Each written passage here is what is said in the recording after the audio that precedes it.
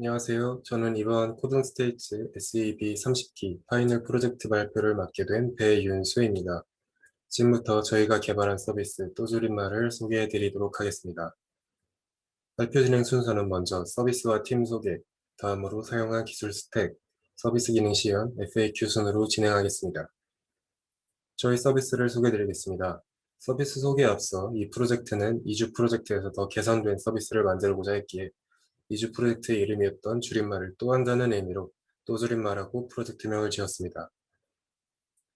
여러분들은 일취월장이라는 말의 뜻을 아시나요? 사전적 의미로 날로 자라거나 발전한다는 뜻입니다. 그러나 요즘 인터넷상에서 쓰이는 뜻은 조금 다릅니다. 일요일에 취하면 월요일에 장난 아니다 라는 뜻으로 쓰이기도 하는데요. 이처럼 이러한 줄임말들은 인터넷에서 밈처럼 쓰이며 뜻을 아는 사람들끼리는 좋은 대화 수단이 되었습니다. 그러나 세대 간 소통 단절이라는 문제를 야기시키기도 했습니다. 이런 문제를 해소하고자 신세대 줄임말 단어 검색 서비스를 기획했습니다. 줄임말의 서비스 로고는 줄임말을 통해 세대 간의 소통을 통합한다는 의미로 사람과 사람이 서로 손을 잡고 있는 모양으로 제작했습니다. 줄임말을 모를 때 여러분들의 답답함을 해소시켜드리며 최근 줄임말 트렌드를 확인하며 또한 매일 달라지는 줄임말 퀴즈를 풀고 나만의 줄임말을 작성하면서 줄임말 레벨을 높여갈 수 있습니다. 줄임말을 통해 줄임말 마스터가 되어보시는 것은 어떨까요? 이 서비스를 기획 및 구현한 저희 팀을 간략하게 소개드리겠습니다. 저희 팀 이름인 홈루덴스는 집이라는 의미의 홈과 유의하는 인간이라는 의미의 호모루덴스의 합성어입니다. 집에서 즐겁게 코딩하면서 프로젝트를 완성하자는 의미에서 짓게 되었습니다. 팀장이 김민재님과 제가 풀스택을, 강영선님과 이나은님의 프론트엔드를 담당했습니다. 그리고 팀원별로 각자 API 문서 관리, 컴포넌트 흐름 구축, UI, UX 디자인, F를 담당했습니다. 서비스 구현을 위해 사용한 기술 스택을 말씀드리겠습니다. 프론트엔드와 백엔드 모두 자바스크립트를 기반으로 구성했습니다. 프론트엔드에서는 리액트, 스타일드 컴포넌트를 사용했습니다. 그리고 전역 상태 관리를 위해 리덕스를 사용했고 그 상태를 유지하기 위해 리덕스 퍼시스트를 사용했습니다. 백엔드에서는 노드와 익스프레스로 서버를 구현했고 MySQL로 데이터베이스를 구축했습니다. 관계형 데이터베이스인 MySQL에 데이터를 조작하기 위한 ORM으로 시퀄라이즈를 사용했습니다. 배포에선 아마존 AWS의 EC2와 S3로 클라이언트와 서버를 배포했습니다. 또한 AWS의 코드 파이프라인을 통해 배포 자동화를 수행했습니다. 그리고 HTTPS 호스팅을 위한 라우트 53, 로드 밸런서, 클라우드 프론트를 사용했습니다. 추가적으로 서비스 기획 및 문서 작성, 협업을 위해 피그마, 노션, 깃북, 미로, 프리티어 등을 사용했습니다. 줄임말 서비스 시연 영상을 보시면서 이에 대한 설명을 말씀드리도록 하겠습니다. 시연 순서는 직접 줄임말을 이용할 유저를 가정하고 그 유저의 흐름에 따라 말씀드리겠습니다. 먼저 랜딩 페이지입니다. 유저가 가장 먼저 보게 될 페이지로 서비스에 대한 소개와 주요 기능에 대한 소개를 확인할 수 있습니다. 다음으로 랜딩 페이지에서 경험할 수 있는 웰컴 퀴즈입니다. 유저가 로그인하지 않고 웰컴 퀴즈를 풀어보며 저희 서비스에 흥미를 유발시킬 요소라고 생각하게 되어 구현하게 됐습니다. 퀴즈를 풀면 로그인을 할 수 있는 모달을 표시합니다. 다음으로 저희 서비스의 메인 페이지를 할 수 있는 줄임말 검색 페이지입니다. 처음 접근 시 가장 많이 조회된 줄임말을 차트로 시각화하기 위해 차트.js 라이브러리를 사용했습니다. 또한 1분 단위로 실시간 줄임말 검색어를 확인할 수 있습니다. 만약 유저가 검색하는 줄임말 단어가 데이터베이스에 존재하면 이를 자동 완성으로 유저에게 표시합니다. 검색을 하게 되면 같은 의미를 가진 줄임말 단어들 중 좋아요가 높은 순으로 3개의 뜻을 확인할 수 있습니다. 다음으로 음성인식 검색입니다. 검색창 좌측에 마이크를 클릭하면 음성인식 상태가 활성화됩니다. 원하는 줄임말을 말하면 마찬가지로 자동 완성과 함께 검색창에 입력되는 것을 확인할 수 있습니다. 모바일의 경우 각 브라우저에서 마이크 허용 옵션을 체크해 주셔야 이 기능이 작동됩니다. 모바일에 대해 말씀을 드렸는데 줄임말 서비스는 반응형 웹페이지로 제작되었습니다. 페이지 크기에 따라 레이아웃이 달라지도록 구현하여 모바일에서의 편의성을 향상했습니다. 만약 유저가 새로운 줄임말을 작성하고자 할 때 회원가입 및 로그인이 필요합니다. 회원가입 및 로그인은 모달로 구현했으며 각각 인풋 태그마다 적절한 유효성 검사가 적용되어 있습니다. 가입하기 버튼을 누르면 이메일 인증을 수행해야 하며 2분 안에 이메일 인증을 수행하지 않으면 기존에 기입했던 정보들은 데이터베이스에서 삭제됩니다.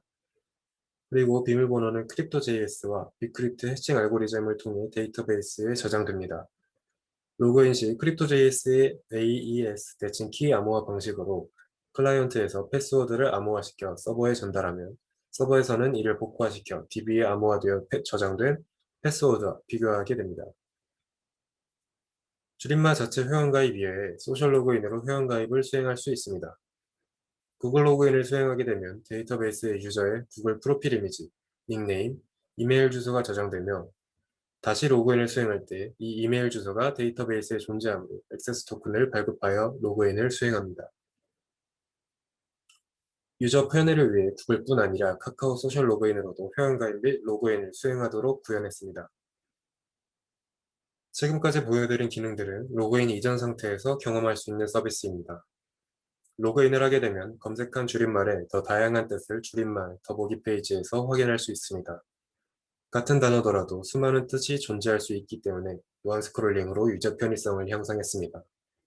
최신순 및 좋아요 순으로 원하는 기준으로 줄임말의 의미를 확인할 수 있습니다. 좋아요 기능은 이미 좋아요를 누른 경우 다시 누를 수 없도록 했고 어떤 유저가 좋아요를 눌렀는지 확인할 수 있습니다. 줄임말 더보기 페이지에서 새 줄임말 만들기를 클릭하면 새 글 작성 모델에서 작성할 수 있습니다. 줄임말 더보기 페이지에서 다시 새로운 줄임말을 검색하고자 할 때 뒤로 가기로 페이지를 이동하는 것이 아니라 우측 상단에 새로운 줄임말 검색어를 입력하는 것으로 유저 편의성을 향상했습니다. 존재하지 않는 줄임말인 경우 새 줄임말을 만들 수 있습니다. 앞서 줄임말 유저 레벨에 대해 말씀을 드렸는데 새로운 줄임말을 작성할 때마다 경험치 5를 획득할 수 있습니다. 유저 레벨과 경험치에 대해 말씀을 드렸습니다. 경험치는 매일 달라지는 오늘 퀴즈를 통해서도 획득할 수 있습니다. 문제는 2문제가 주어지며 한 문제당 경험치 5를 획득할 수 있습니다. 오늘의 퀴즈는 하루에 한 번만 풀 수 있도록 구현했습니다.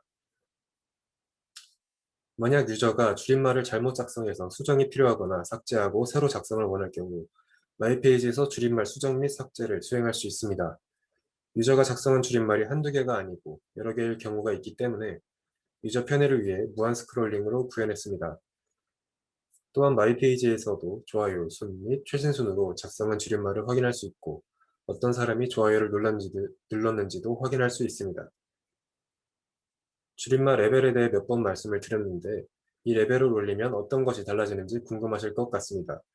기본 실버, 경험치 100 이상 골드, 경험치 200 이상 다이아로 현재는 구성이 되어 있는데 유저 레벨에 따라 프로필 사진을 감싸는 리본이 달라지며 줄임말 검색 페이지의 검색창 디자인이 달라지게 됩니다.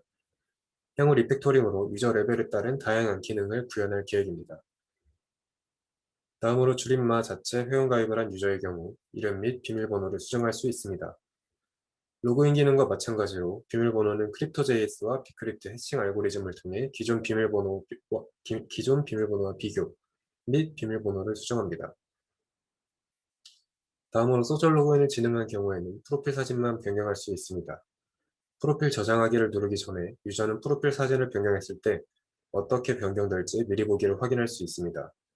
이 이미지 파일이 서버로 전달되면 서버는 이 이미지 파일을 S3 스토리지에 업로드하고 데이터베이스에 S3 스토리지에 저장된 이미지 파일의 URL 주소를 저장합니다.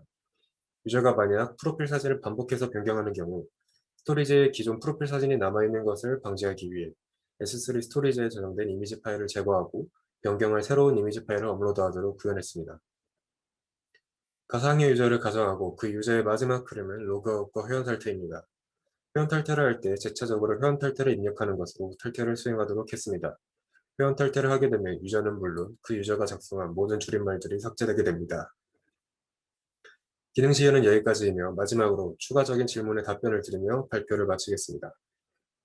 첫 번째로 리덕스와 리덕스 퍼시스트 사용의 장단점입니다. 리덕스 사용의 장점으로는 상태 관리가 간단해졌다는 것입니다.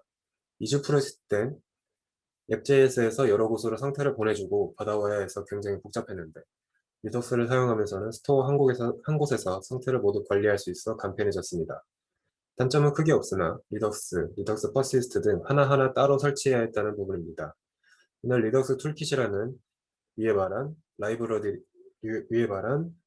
두 가지 라이브러리의 기능을 포함하고 있는 라이브러리를 사용하며 해결할 수 있고 추후 업데이트 예정입니다. 두 번째로 미디어 쿼리를 사용한 이유입니다. VW, VH처럼 즉각적인 사이즈 변동이 일어나는 반응형은 색상을 변경시키고 싶거나 위치를 오른쪽에서 왼쪽으로 변경해야 할 때 어려움이 있을 수 있습니다. 즉, 사이즈에 관련된 즉각적인 반응형이 있지만 그 외에는 반응형으로 나타내기가 쉽지 않습니다. 이러한 한정적인 CS 구현을 보완하고자 미디어 쿼리를 사용했습니다.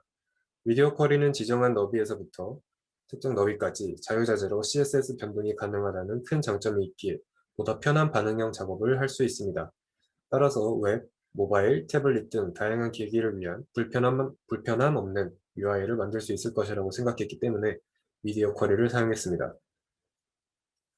세 번째로 이메일 인증을 적용한 이유입니다. 이메일 인증을 적용한 이유는 진정성 있는 정보 수집입니다. 구글 및 카카오 소셜로그에는 구글, 카카오 계정의 가입 보안 프로세스를 이미 거쳤기 때문에 가입 당사자가 쓰는 이메일이라는 신뢰성이 있습니다.